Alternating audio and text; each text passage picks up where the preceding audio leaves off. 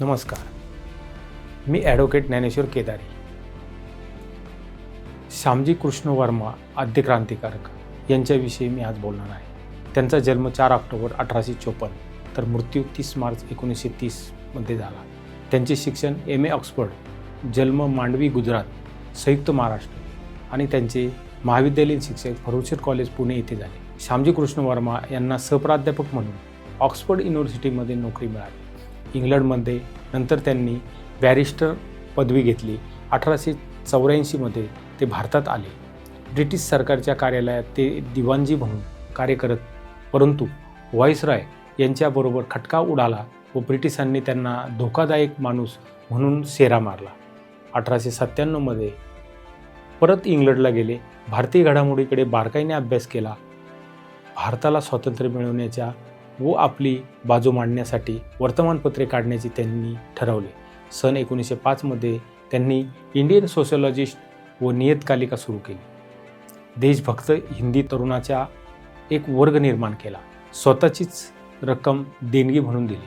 दादाभाई नौरोजी या अभिनव योजनेचे मनपूर्वक अभिनंदन केले व सर्व तरुणांना व भारतीयांना एकत्रित येण्याचे भेटण्याचे स्थान बनले. इंडिया हाऊस हे भारताचे व क्रांतिकारकाचे उगमस्थान होते.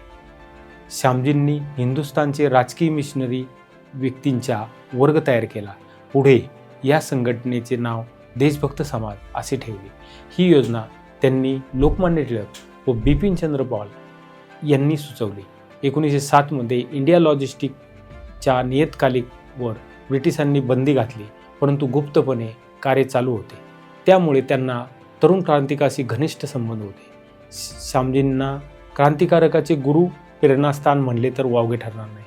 त्याच वर्षात त्यांनी इंग्लंड सोडले व पॅरिसला गेले व त्यांच्यापासून बॅरिस्टर सरदार सिंह रावजी राणा यांना घेऊनच पॅरिसमध्ये पॅरिस इंडियन सोसायटीची स्थापना केली व तसे ते इंग्लंडमधील होम रूल सोसायटीचे उपाध्यक्ष होते.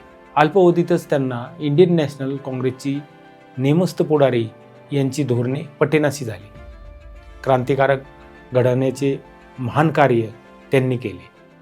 त्यामध्ये श्यामजी कृष्ण वर्मा, लाला हरदयाळ, SR राणा, भाई परमानंद व मॅडम कामा ही 5 मंडळी हे तेजोमंडल खऱ्या अर्थाने आद्य क्रांतिकारक म्हणून चोख भूमिका बजावली. श्यामजींनी त्यांचे शिष्य मदनलाल दिगरा व वीर सावरकर होते. श्यामजींची अंतिम इच्छा की देशाला स्वातंत्र्य मिळाल्यावर माझ्या हस्ती गंगा अर्पण करण्यात यावे, परंतु सन 2010 पर्यंत स्वातंत्र्यापासून 73 वर्षे झाली. कोणत्याही सत्ताधाऱ्यांनी केंद्रातील अथवा राज्यातील सरकारने हे पवित्र कार्य केले नाही.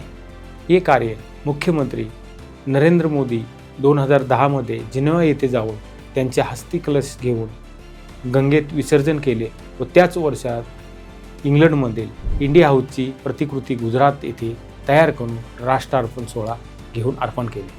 देशवासियांची स्मृती जागृत केल्या. या थोर आद्य क्रांतिकारकांना शतशत नमन. जय हिंद. भारत माता की जय. वंदे मातरम. धन्यवाद.